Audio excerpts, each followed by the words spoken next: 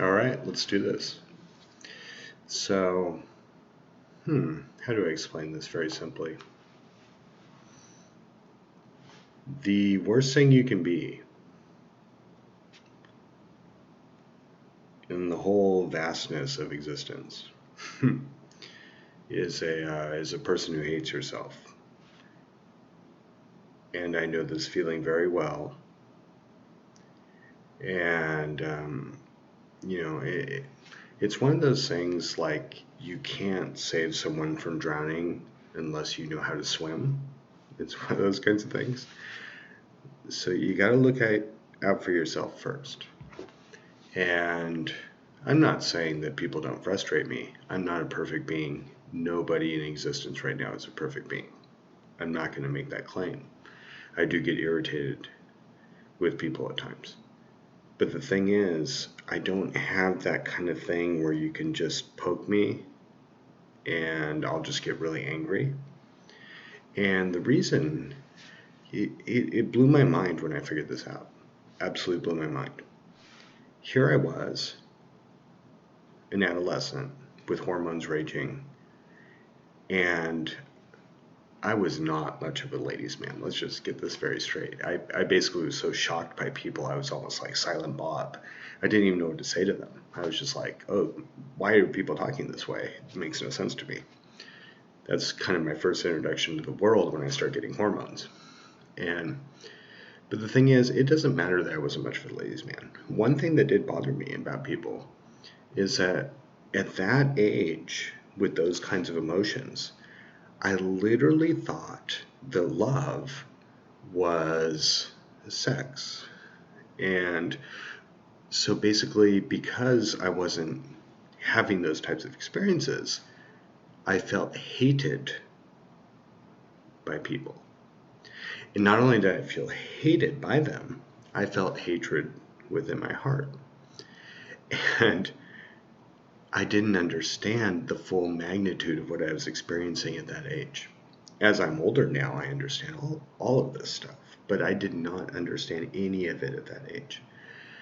What I ended up figuring out is my hatred was not about not getting sex, even though that's what I thought love was. I thought people were withholding love from me and therefore they must hate me. What I ended up figuring out is at some point it dawned on me that, wow, okay, that really hurt your feelings that this isn't happening for you. And I thought to myself, so your entire goal is to try and get some kind of girlfriend or a wife or a lover and this and that, and apparently somebody who's what we would call a really valuable partner in this species. And I thought to myself, wow, if I end up with that partner, that means that I am making someone else feel the feelings that I felt that I didn't like. And it dawned on me immediately. It's like, you're an absolute hypocrite. There's no two ways about it. You're an absolute hypocrite. And I looked at that and I thought to myself, all of that hatred was you hating yourself. That's all it was. Somewhere in the back of your mind, somewhere in the front of your mind or the back of your mind, I did that wrong. You hated yourself for trying to accomplish what you were trying to accomplish. You just didn't understand it yet. I could never be happy with a relationship that's causing another person heartbreak in this world. And once I started doing that work on myself, my hatred of the species, my hatred of myself, massively melted away. Massively melted away. I didn't expect it to occur. I didn't know things like that were possible. I didn't even realize how big of a shithead I was when I was younger. I didn't know any of this stuff. I thought I was, oh yeah, I'm kind of quiet, I'm kind of nice, and no. No. I was a piece of shit, But the thing is, it takes a while to understand your mind. One thing I always tell people is that we live forever. Like, people are so monkey see, monkey do. This person has a boyfriend. This person has a girlfriend. I need to have a boyfriend. I need to have a girlfriend. Fine. Whatever, that's your thing. But I'm going to warn you, you've got points that you can be poked at because you ultimately are going to hate yourself for doing it. And people are like, well, no, we need to reproduce the species. No, it doesn't work that way. Here's the deal. We all live forever. And the most important thing you can do with your little life here, which may be about 100 years, is to figure out your entire forever. Your entire forever. All of it. Now, 100 years compared to forever is nothing. It's not a sacrifice. You're not ruining your life by not having somebody sleep in bed next to you and you wake up to them. Another thing people need to realize, the biggest crime in humanity, and even given this crime, there's multiple layers of it. I mean, some are worse than others. The biggest crime in humanity is to actually stomp on somebody else's heart while you're having the best time of your life. Everybody who gets elated by sex knows in their brain that somebody else wants to be there besides you, but you're the one having the fun, and their heart's getting stomped on over and over and over and over again while you're having the best time of your life. It's not just about sex. Let's say, look at this place. I mean, it's not grand or anything, but I live in a really nice neighborhood. I can't even imagine, and it's like people, they keep trying to succeed in a way that's just going to hurt other people. That's the way it works in this world. And you have to be cognizant of that problem. There are only two problems in existence, and I'm going to explain both these problems to you. Two problems, that's it. One's called the pleasurable exclusive access problem, meaning that while I'm having the best time of my life, I just keep stomping on somebody else's heart. And that is just mind-blowingly evil. And everybody on the planet does it. And people are, they're evil people.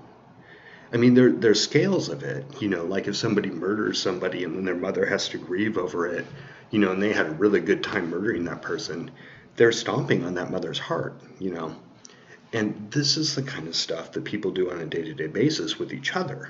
And it's like, I look at people like, people are fucking nuts, And I do really look at people that way. I'm like, you are all insane, and I don't know what to say, except you're just all insane.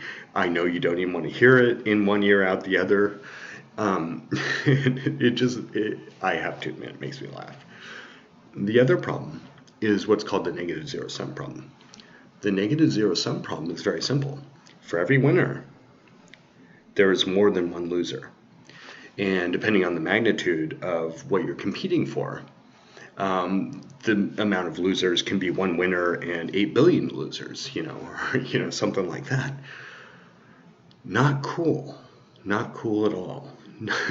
Definitely not cool.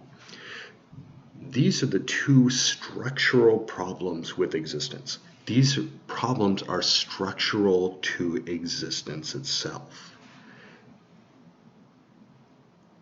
The pleasurable exclusive access problem and the negative zero-sum problem are structural for every being who exists right now in the entire cosmos. Structural problems that need to be solved. And if you don't name the problem, and we can accomplish anything, if you don't name the problem, nobody's going to try and figure it out. Can I do this all by myself? I hope so. But it would be a lot nicer to have the support of everybody in the universe to work this problem. It's like, this problem needs to be solved. Existence is not perfect. I'm sorry to point that out to you. It's not perfect.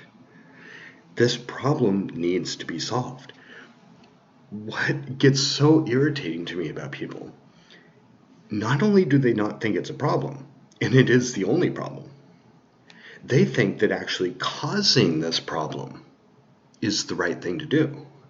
So they'll get married and they'll have a partner who's exclusive to them, and they'll have a really nice house in a really nice neighborhood. I'm not shaming people who are living decent lives, you know.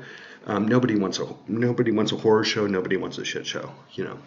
So if you live in a nice neighborhood and that's keeping you a little bit above water, okay. But the thing is, we all need to get together and understand that there is an actual virus or a threat to the system, which is those two problems I labeled.